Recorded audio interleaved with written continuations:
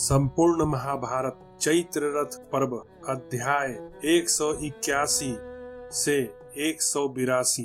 राजा कलमशपाद को ब्राह्मणी आंगिरसी का शाप, पांडवों का धौम्य को अपना पुरोहित बनाना। अर्जुन ने पूछा, गंधर्वराज, किस कारण को सामने रखकर राजा कलमशपाद ने ब्रह्मवेत्ताओं में श्रेष्ठ गुरु वशिष्ठ जी के साथ अपनी पत्नी का नियोग कराया था तथा उत्तम धर्म के ज्ञाता महात्मा महर्षि वशिष्ठ ने यह पर स्त्री गमन का पाप कैसे किया?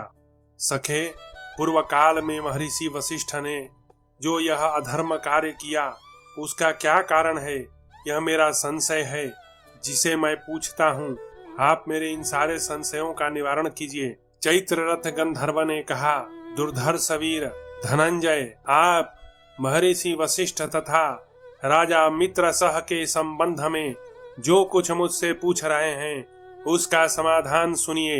भरत श्रेष्ठ, वशिष्ठ पुत्र महात्मा शक्ति से राजा कलमशपाद को जिस प्रकार शाप प्राप्त हुआ वह सब प्रसंग मैं आपसे कह चुका हूँ। शत्रुओं को संताप देने वाले राजा कलमशपाद शाप के परवश हो अपनी पत्नी के साथ नगर से बाहर निकल गए। उस समय उनकी आंखें क्रोध से व्याप्त हो रही थीं। अपनी स्त्री के साथ निर्जन वन में जाकर वे चारों ओर चक्कर लगाने लगे। वह महान वन भांति भांति के मृगों से भरा हुआ था। उसमें नाना प्रकार के जीव जंतु निवास करते थे। अनेक प्रकार की लताओं तथा गुल्मों से आच्छादित और विविध प्रकार के वृक्षों से आवृत वह गहन वन भयंकर शब्दों से गूंजता रहता था। शापग्रस्त राजा कलमशपाद उसी में भ्रमण करने लगे। एक दिन भूख से व्याकुल हो वे अपने लिए भोजन की तलाश करने लगे।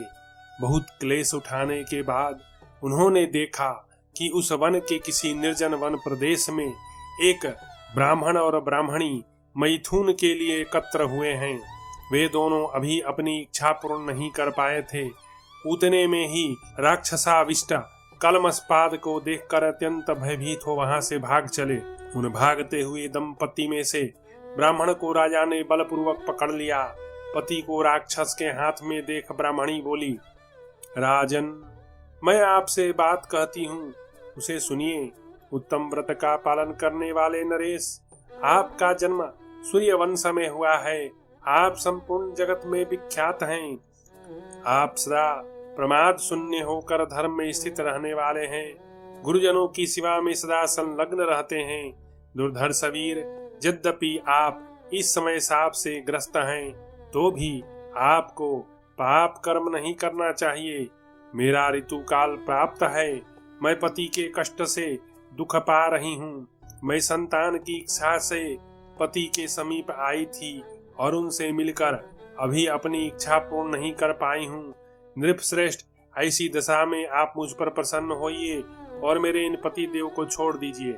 इस प्रकार ब्राह्मणी करुण विलाप करती हुई याचना कर रही थी तो भी जैसे व्याघ्र मन चाहे मृग को मार कर खा जाता है, उस प्रकार राजा ने अत्यंत निर्दयी की भांति ब्राह्मणी के पति को खा लिया।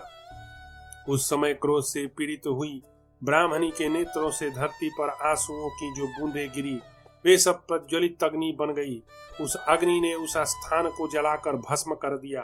तदनंतर पति के वियोग से व्यथित एवं शोक संतप्त ब्राह्मणी ने रोष में भरकर राजर्षि कलमशपाद को शाप दिया, हो नीच, मेरी पति विषयक कामना अभी पूर्ण नहीं हो पाई थी, तभी तूने अत्यंत क्रूर की भांति मेरे देखते देखते आज मेरे महायशस्वी प्रियतम पति को अपना ग्रास बना लिया।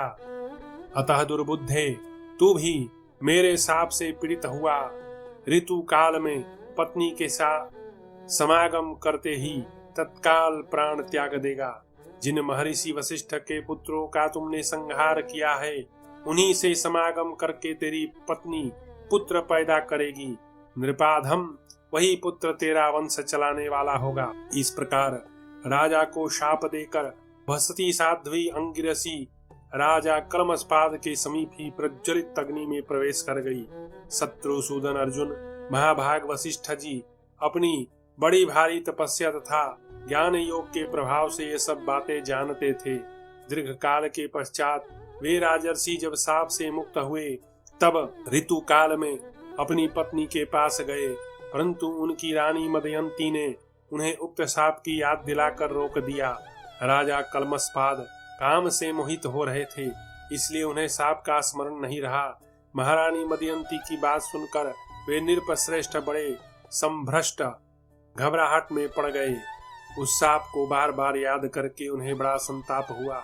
नृपश्रेष्ठ, इसी कारण शाप दोष से युक्त राजा कल्मषपाद ने महर्षि वशिष्ठ का अपनी पत्नी के साथ नियोग कराया। अर्जुन ने कहा, गंधर्वराज, हमारे अनुरूप जो कोई वेदवेत्ता पुरोहित हो उनका नाम बताओ, क्योंकि तुम्हें सब कुछ ज्ञात है। गंधर्व बोला, कुंती नंदन, इसी वन के उत्कोच तीर्थ में महर्षि देवल के छोटे भाई धौम्य मुनि तपस्या करते हैं। यदि आप लोग चाहें तो उन्हीं का पुरोहित के पद पर वरण करें। वैशंपायन जी कहते हैं, तब अर्जुन ने बहुत प्रसन्न होकर गंधर्व को विधि पूर्वक अग्नेयास्त्र प्रदान किया और यह बात कही, गंधर्व प्रवर, तुमने जो घोड़े दिए हैं वे अभी तुम्हारे ही पास रहें। आवश्यकता के समय हम तुमसे ले लेंगे, तुम्हारा कल्याण हो। अर्जुन की बात पूरी होने पर गंधर्वराज और पांडवों ने एक दूसरे का बड़ा सत्कार किया। फिर पांडवगण गंगा के रमणीय तट से अपनी इच्छा के अनुसार चल दिए। जन्मेजय तदनंतर उत्कोच तीर्थ में धौम्य के आश्रम पर जाकर पांडवों ने धौम्य का पौरोहित्य कर्म के लिए वर्ण किया। संपूर्ण वेदों के विद्वानों में श्रेष्ठ धौम्य ने जंगली फल मूल अर्पण करके तथा पुरोहिती के लिए स्वीकृति देकर उन सब का सत्कार किया। पांडवों ने उन ब्राह्मण देवता को पुरोहित बनाकर यह भली भांति विश्वास कर लिया कि हमें अपना राज्य और धन अब मिले हुए के ही समान है। साथ ही उन्हें यह भी भरोसा हो गया कि स्वयंवर में द्रौपदी हमें मिल जाएगी। उन गुरु एवं पुरोहित के साथ हो जाने से उस समय भरतवंशियों में श्रेष्ठ पांडवों ने अपने आप को सनाथ सा समझा। उदार बुद्धि धौम्य वेदार्थ के तत्वज्ञ थे, वे पांडवों के गुरु हुए। उन धर्मज्ञ मुनि ने धर्मज्ञ कुंती कुमारों को अपना यजमान बना लिया। धौम्य को भी यह विश्वास हो गया कि ये बुद्धि वीर्य बल और उत्साह से युक्त देवोपम वीर संगठित होकर स्वधर्म के अनुसार अपना राज्य अवश्य प्राप्त कर लेंगे। धौम्य ने पांडवों के लिए स्वास्ति वाचन किया।